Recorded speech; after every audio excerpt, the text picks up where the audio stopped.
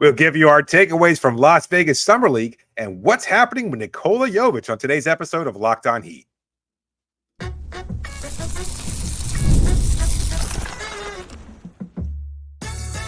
You are Locked On Heat, your daily Miami Heat podcast, part of the Locked On Podcast Network, your team every day. All right, welcome to Locked On Heat, your everyday podcast on the Miami Heat, whether you're tuning in on YouTube, Odyssey, or your favorite podcast app. Thanks for making Locked On Heat your first listen every day, Monday to Friday. I'm Wes Goldberg, editor at allyoucanheat.com, here with David Ramil. Both of us are credentialed Heat media members, and today's episode is brought to you by FanDuel. Make every moment more. This summer, FanDuel is hooking up all customers with a boost or a bonus daily. That's right, there's something for everybody every day all summer long. Visit FanDuel.com to get started. I just got back from Las Vegas late last night, David. Did get a chance to catch the Colombia-Argentina game in the final there. Didn't go the way I wanted it to, but that was basically the weekend. Was a few days in Vegas, got back. I got some takeaways. We got some story time later on in the show, but we got to start with that Heat-Celtics game, our takeaways from Vegas. And we'll start with Jaime Jaquez Jr., who was not supposed to be playing in this because he's going into his second year and because he's really good already. He goes for 29 points on 56% shooting, 11 rebounds, 5 assists, and a steal in that game against the Celtics, and a really fun one to watch there in person, especially. I want to talk about Keisha Johnson and Nikola Jovic's injury, all these other things. We'll get to all that stuff. But talking with Jaime after that game, and we asked him, dude, what are you doing here? Like, why are you here? And he mentioned, he was already in Las Vegas for the U.S. select team, and he might as well just stay around. But he said, like, if I wasn't here, I'd just be playing pickup somewhere else or golfing or something like that. So I thought I could get in a couple of games. Golfing. So he's going to play. Oh, wow. That's what I asked him. And I was like, you golf now? And he was like, oh, But it was interesting to watch him out there, not just because of the 29 points in the production, which, again, he's too good to be playing in Summer League. It was kind of unfair. But to see the leadership stuff, and that's what stood out to me. And I think maybe you were able to see some of it on the screen, especially when he was running two-man actions with Kel'el Ware early in the game. They were just running pick and roll for those two guys. But what stood out to me in person was every time he would come off the floor, during breaks, whatever, talking to his teammates, pointing guys in different directions, doing all these different things. And I think for somebody like Kel'el Ware, Keisha Johnson, Pelle Larsson, for them to be around Jaime, who obviously went through this as a rookie, and for them to get to hear that from his side and then get to be coached up by him on the court. This is the guy who was the steal in the draft, was first team all rookie in the NBA. That there's not that many better guys to learn from, and to have him there, and for Jaime to take that leadership role on, which he talked about after the game, I thought was really cool. I think it's going to be beneficial for the player, the rookies. I think it's going to be beneficial for Jaime, who looks like a core piece going forward. Oh, no doubt. I think we saw glimpses of it last year. Like, you know about him being older, that he's played 4 years in college. You saw IQ from him throughout his collegiate career. That translated to the NBA. But there were still moments there where he was kind of hesitant to speak up because he's the rookie. He's the low man on the totem pole, and you kind of have to earn that sort of seniority. But there were glimpses of it where he seemed comfortable talking, not just to himself, but to other players, like even opponents out on the court. Like he didn't shy away from that. Not necessarily jawing, but like he wasn't scared of the moment, and he embraced it. The leadership, though, that manifests in glimpses here and there throughout his rookie season.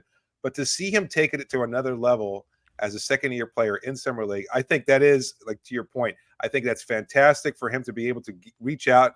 He spoke of the collective us of younger players like him, Nico, now Khalil, Pella, etc. Those guys that are on the roster to kind of supplement that core of Jimmy Bam and Tyler Hero, who is still a young guy himself, but whatever. He's always obviously got much more experience as an actual player. So, yeah.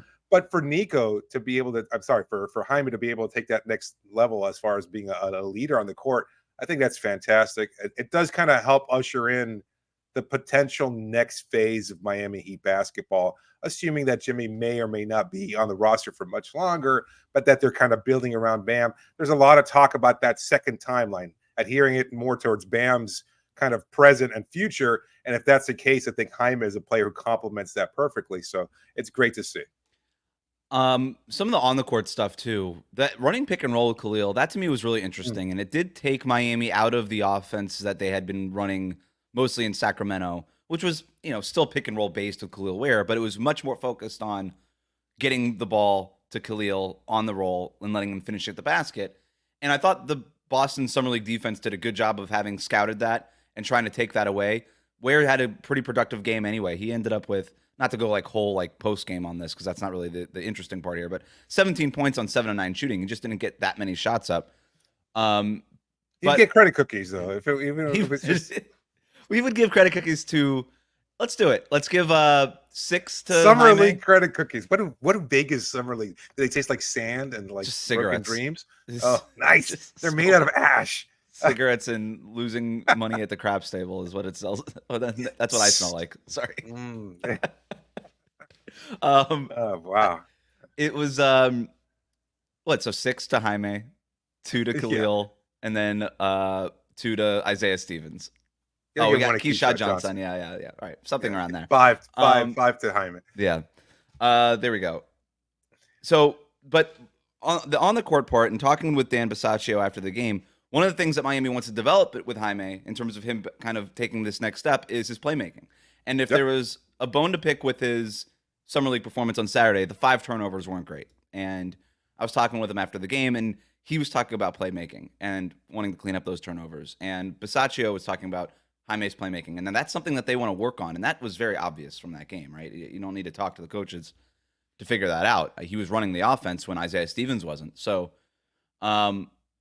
is that the next step for him, whether he's running pick and roll for Kel'el Ware, pick and roll for Bam Adebayo, right? All these things. When we look at Miami's roster, Terry Rozier is the only sort of traditional nominal point guard on the team. That's going to mean guys like Tyler Hero, Jaime Jaquez, Jimmy Butler, Bam Adebayo, all these guys are going to run offense. They're going to initiate offense. Nikola Jovic, all these guys are going to initiate offense. I don't know that was Jaime's best trait as a rookie. He was more to me of a get me the ball on the second side and I'll attack. Get me the ball in the post and I'll go to work. Not really a guy who was not really a player who was getting his teammates involved all that much as a rookie. But that looks like that's the next step that they want him to take. When you talk about Miami's developmental program, they're going to identify a couple of key areas where these players can grow, whether it was like Duncan Robinson last year, taking guys off the dribble. Well, it looks like what they want to do with Jaime is, no, we're going to develop you into a playmaker. I think that's pretty meaningful when we talk about what his future looks like. Yeah. Yeah. No, I mean, I think there were, again, glimpses last year too. I think maybe it wasn't necessarily a strong suit, but it was certainly in his wheelhouse. There were things that he could do as a playmaker, but to your point, he was probably much more effective just kind of putting the ball down and looking to score. He was very effective in that role. But I think when you're looking at what Miami kind of is seeking out of their roster, they're looking for versatility, guys that can do a number of different things. If you look at the roster construction, a lot of people kind of bemoaning the fact that they haven't added that traditional point guard. They didn't add any real point guard other than the guys they've currently got on the Summer League roster. They don't need it. They don't need it. And I think that's fine. I mean, look at what the Boston Celtics did. And I hate making that comparison, but we've made it before, and I think it bears repeating. The Celtics kind of have a roster of guys that are much more versatile, and they don't have a typical point guard. Jason Tatum is a guy who initiates offense. Yeah, Holiday can do it. Derek White can do it. Jaylen Brown can kind of do it. But regardless of that, you've got guys that can still bring the ball up, kind of still get everybody going into their sets. And as long as they can finish at the basket at a high level or shoot the ball effectively, you're going to be able to generate offense without a traditional point guard. And I think Miami can follow suit because you've got Jimmy, you've got Bam, you've got Tyler, you've got whoever is the 4th and 5th starters there. We don't know, but all of these guys can create offense. And I think that helps everybody to be able to have that versatility there. And if they're trying to actively develop it with Jaime, it's going to be immensely beneficial to have guys coming off the bench, presuming that's his role, that can do that alongside, the starting group. So I think it's great. I think it's great that they're looking for this specifically and that they're trying to develop it as a kind of team-wide ethos. We've already seen them go down this path over the last probably year or so where they've wanted to. It's why Kyle Lowry ended up getting traded. It's not just because of the contract. It's because no, we don't want that traditional ball handler who's initiating every single set for us. We want everybody to be able to do it. And if Lowry's not doing it, if he doesn't have the ball in his hands, he just was ineffective. He wasn't a willing enough shooter. And, getting older, he wasn't able to get to the basket, all these things. So they trade him for a guy like Terry Rozier, who's never been a traditional point guard. So even when I call him the only traditional point guard, That's like the closest thing the Heat have to one. He's not. He's more of a combo scoring guard, but who can get guys involved and is a good pick and roll, operator. But that's not his bread and butter. So Jaime, I think what we learned, we knew the one thing in terms of his player development. If you're going to identify 2 or 3 things for each of these players, which is how the Heat's developmental coaching staff kind of operates, it's all right. What are the vitamins we need to feed these guys? Well, target the weaknesses, etc. Right. Yeah. The 3-point shooting for Jaime, we knew that already. It's get that up from 34, 35%. We got to get that to 37, 38%. The playmaking thing to me was the interesting one. That is sort of, it was maybe an obvious area, but I think it's at least interesting that they're doing it going into his second season for all the reasons that we've talked about. I saw Kel'el Ware in person. There's some things I liked a lot about him. A couple of things I didn't really love. We're going to talk about all of that next, plus some of the surprise takeaways from that Summer League game. We'll get to all that next here on Locked On Heat. Today's episode is brought to you by FanDuel. Look, we all love sports. We love them so much we're listening to this podcast. We never want them to stop. But the playoffs have wound down. We get fewer games now, and the sports just aren't sportsing like you want them to. But over FanDuel, they let you keep the sports going whenever you want. Because all you have to do is open up the app, and you can dream up bets anytime you're in the mood. And this summer, FanDuel is hooking up all customers, new, old, whoever, with a boost or a bonus daily. That's right. There's something for everyone every day, all summer long. So head over to FanDuel.com. Start making the most out of your summer. FanDuel, the official sports betting partner at Major League Baseball. We'll be right back. Thanks for making Locked On Heat your first listen every day. Miami Heat talk every day, 5 days a week. If you're new to us on YouTube, hit that subscribe button, like the videos. You can also follow us on your favorite podcast app. So my takeaways on Kel'el Ware, seeing him in person. He's really big. This dude is enormous. I don't know if you've heard, but he's 7 feet tall with a 7'4" wingspan. Yeah, he might be, yeah. It's really cool kind of standing next to somebody who's legitimately 7 feet and not, like even like Dwight Howard was what, 6'10", but would talk about kind of being a 7-footer. He's not, right? Yeah. No. But a guy who's legitimately 7 feet tall, it's pretty crazy to stand next to that player, to that person. It is.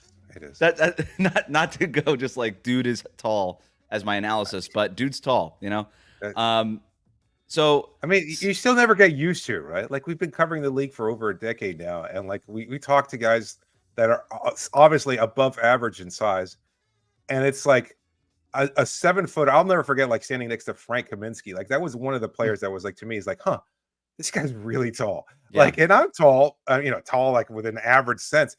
But no, this is like NBA tall. Like you just get a different vibe, like when you're standing over somebody that's legitimately over 7 feet. And Kel'el Ware certainly fits the bill. Kristaps Porzingis was sort of my welcome to covering the NBA moment. I was like, oh my God, like how does anybody even hear what you're saying from all the way up there?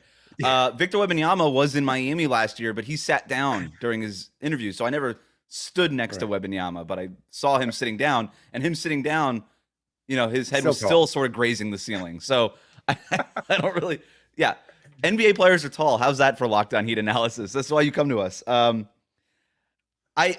thought he ran really well, and that was, and I'll explain what I mean by that. But with these 7-footers, a lot, you could tell a lot by their gait. You could tell a lot by how they move up and down the court.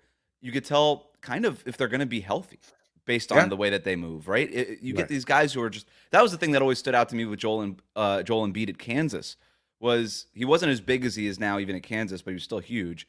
But the way that he would run, it was just like, wow, like this guy's just a different level. Well, no, he was not clunky. He ran like a gazelle at Kansas. Oh.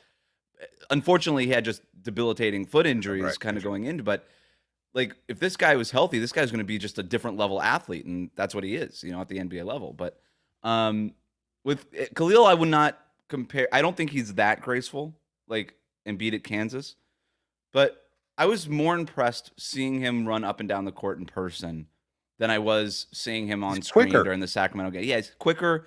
He's got a good sort of first step. And I don't mean the first step in sort of that Anthony Edwards kind of, screaming off of burst. A pick kind of thing, but just that first step of get the rebound, turn around, and start heading up the court. A lot of time you see like, I think about like Nikola Jokic does this a lot, kind of. It's that big huff and puff, turn around and start kind of getting down the court, right? With Kel'el, he grabs the rebound and he starts flying, kind of the way Nikola Jovic does. He's going. He's ready to go. So he's got just good one side of the court to the other side of the court athleticism, and I like that. And that makes it makes him much more impactful in terms of a rim roller, a trail 3-point shooter, which he finally hit his first 3-pointer in that Saturday game against Boston in Summer League. So that's what I liked about Kel'el Ware. Before I get to what I What do you think of the shooting form? It's a little strange. Okay.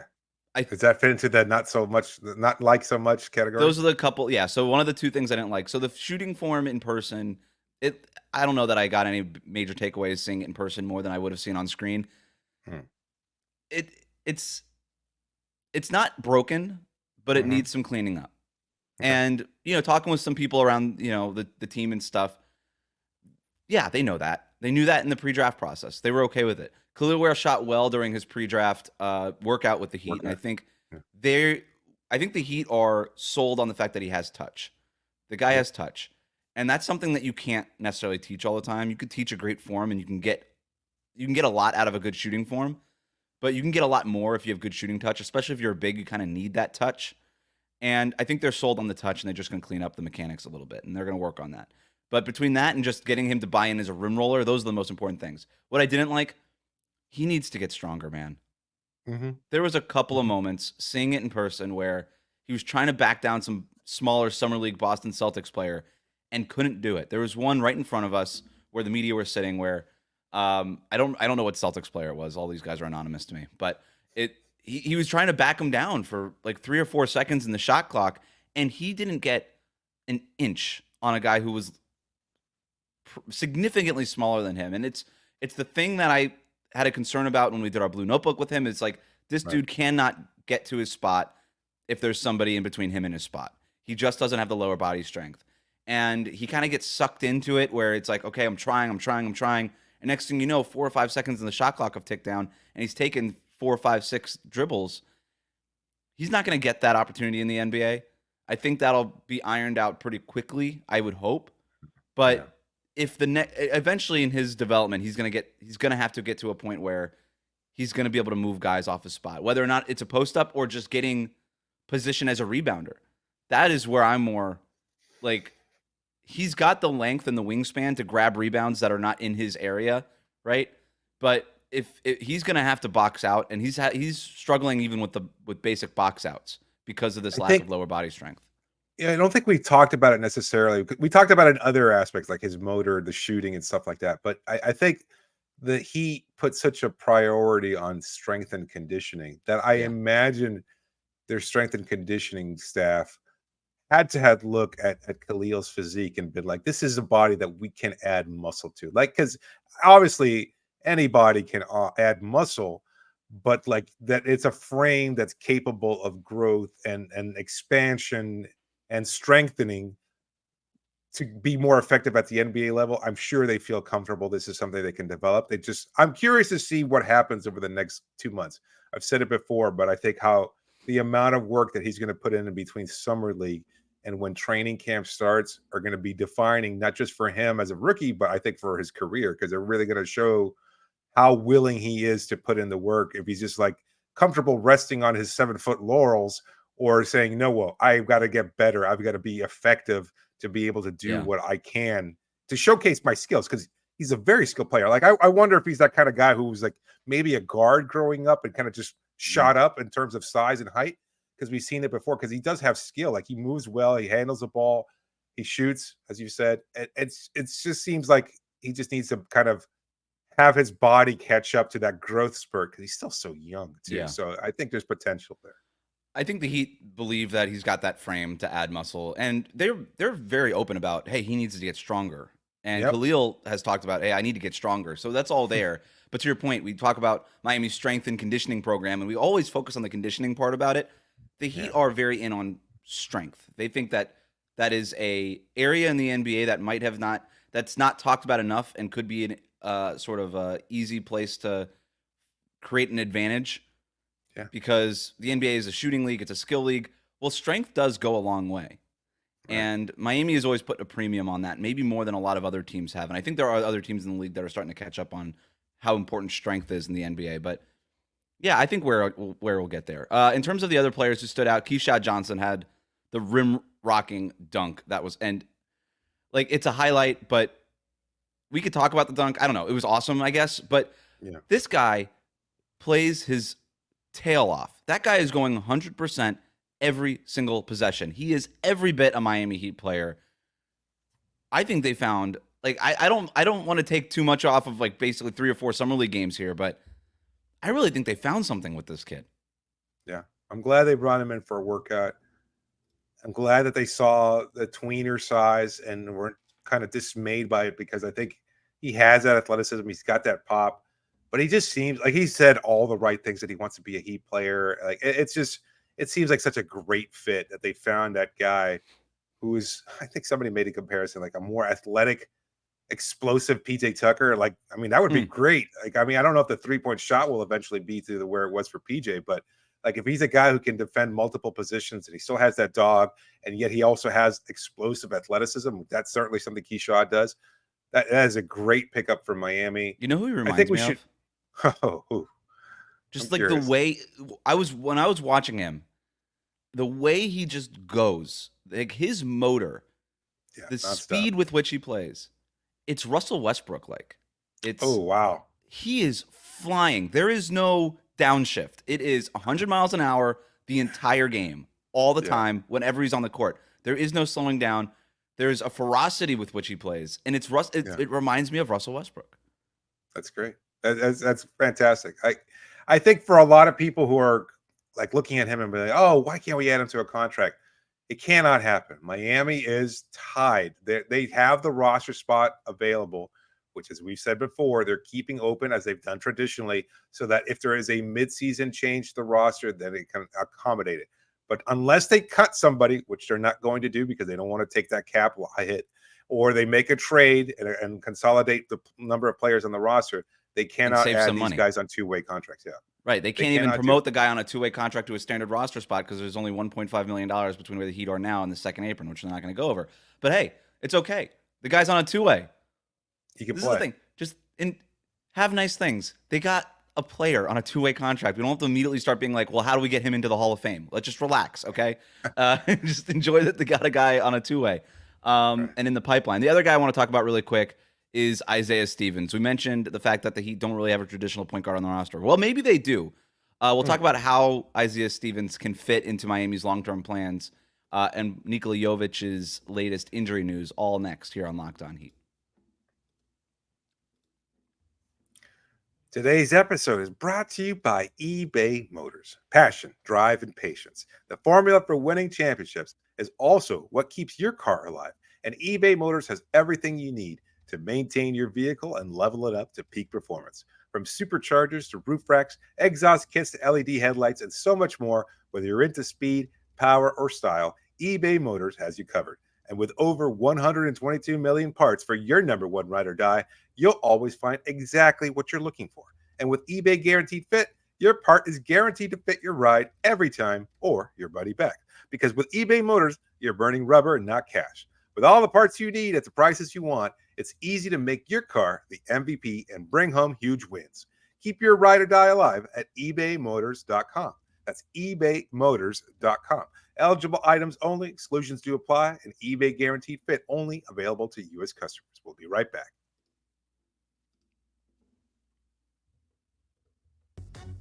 Thanks again for making Locked On Heat your first listen every day. Make sure you're subscribed on YouTube.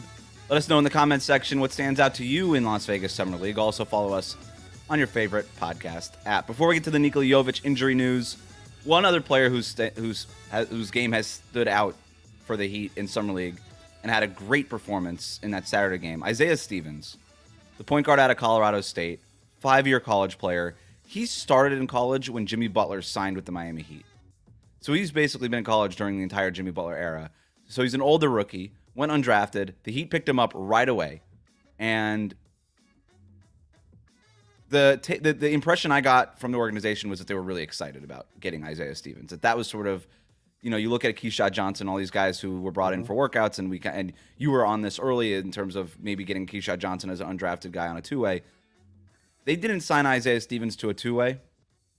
But he goes off for 9 points, 11 assists, and 2 turnovers in that game, and just looks like he's in complete control of the offense. You watching him in person, I don't know what it looked like on screen, but the dude just knows how to play basketball. He's in the right place. He's making the right reads. He's 0.5ing in a great way, making decisions in half a second, where it's shoot, pass, or dribble.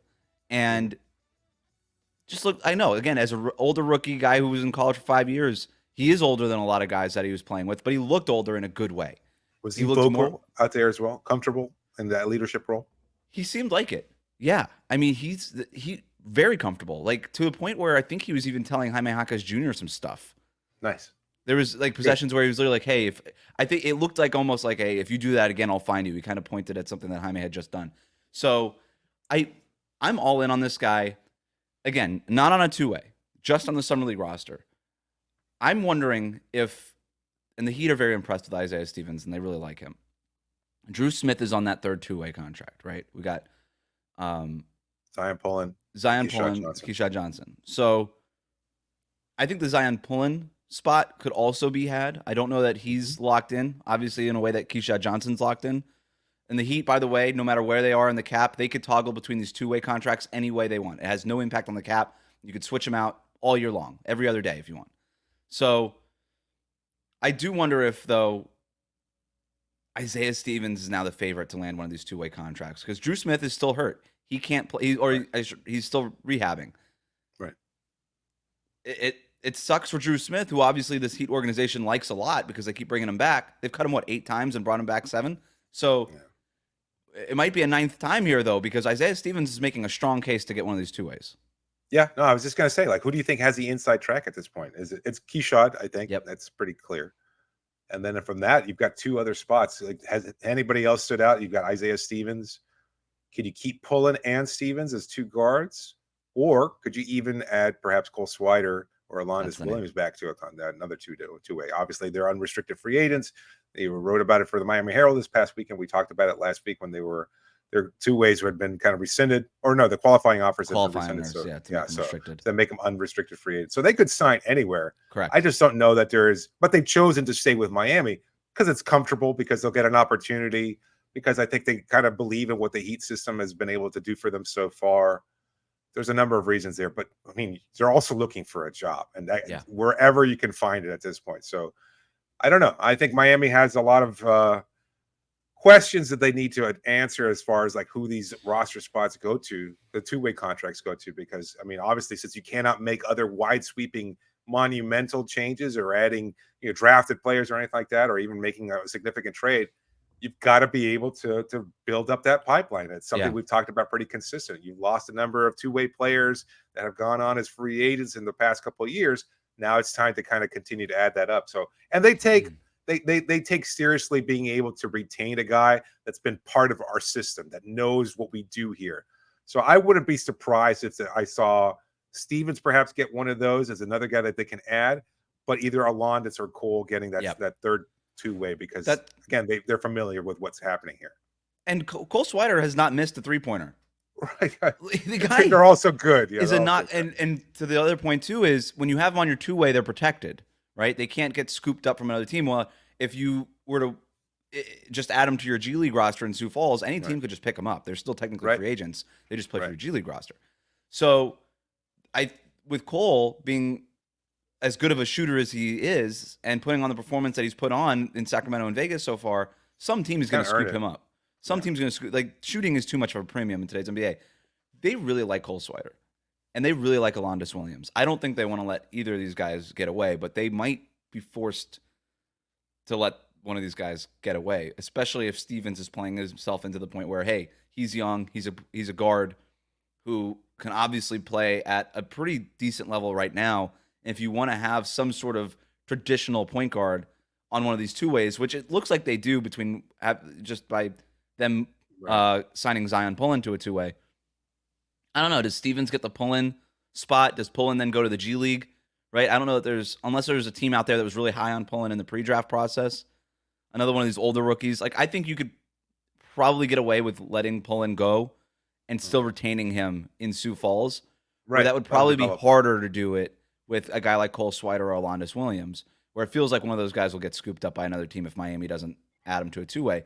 The other thing, too, is do they want a two-way, right? There might be spots at the end of rosters on a standard contract somewhere else in the NBA. So it's going to be on Cole Swider and Alondas Williams to figure that part out. But, yeah, if I'm the Heat, I'm trying to keep at least one of these guys. Let's get to the Nikola Jovic news. It was revealed over the last couple of days that he is dealing with an ankle injury. We obviously saw the photo kind of circulating a few weeks ago with him in a walking boot. His status now for training camp or even the start of the season is in question. Now, I think that there's optimism around the Heat that he'll be ready to go for training camp. But I had heard, even when that photo was circulating, hey, that's not just going to be a day-to-day thing. That's not a precautionary walking boot. Like, that might be more serious than the Heat have been letting on. And lo and behold, that's exactly what has happened. That's been revealed over the last couple days. There's also, and again, it's kind of like, this isn't to sound xenophobic or anything, and I hope that doesn't come across that way, but it almost seems like there is some kind of a disconnect between the reporting when it comes from like a European source or something along those lines and traditional American sources, or at least some things that we're much more familiar with in that sense. Because there was also, I think, a Twitter account that showed him like working out and like putting up shots and even running.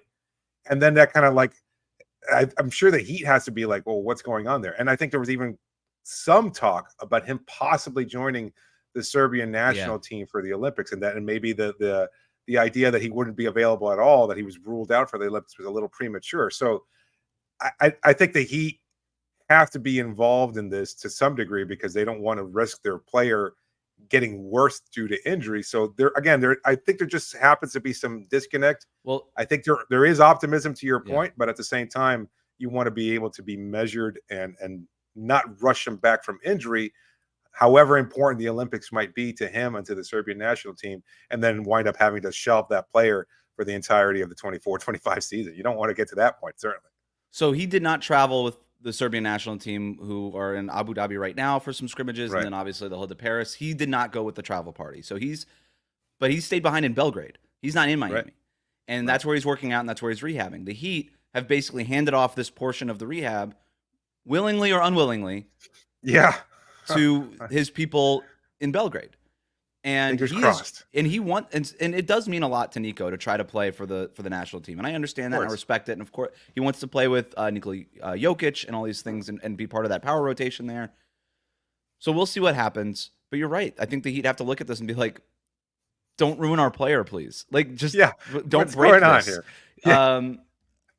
But obviously, he's holding out hope that he could still play in the Summer Olympics, which probably is a reason for optimism that he'll be ready by the start of the season, or at least by training camp. So we'll see what happens there. Assuming things don't get worse, which they certainly can. Like, if you put too much pressure and rush him back and kind of force him to play on that bad ankle, and then that gets worse, and the next thing you know, he's out for 6 to 8 weeks to start training camp and everything else like that. That would be a setback for him. Something to look at, right? Something to monitor here. Kind of bummed that this is happening and that we weren't going to be able to watch him in the Olympics. Absolutely. So absolutely. We'll see what happens. Maybe he'll still play, but I'm not holding out much hope there. All right, that'll do it for us today. Thanks for making Locked On Heat your first listen every day. Like, comment, and subscribe on YouTube, and follow us on your podcast app.